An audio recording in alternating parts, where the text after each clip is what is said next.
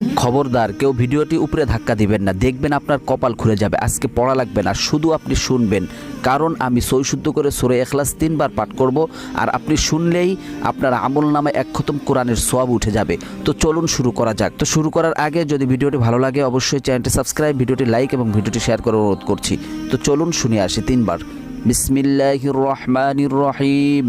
قل هو الله أحد الله الصمد لم يلد ولم يولد ولم يكن له كفوا أحد بسم الله الرحمن الرحيم قل هو الله أحد الله الصمد لم يلد ولم يولد ولم يكن له كفوا أحد بسم الله الرحمن الرحيم قل هو الله أحد الله الصمد لم يلد ولم يولد ولم يكن له কুফুয়ান আহাদ।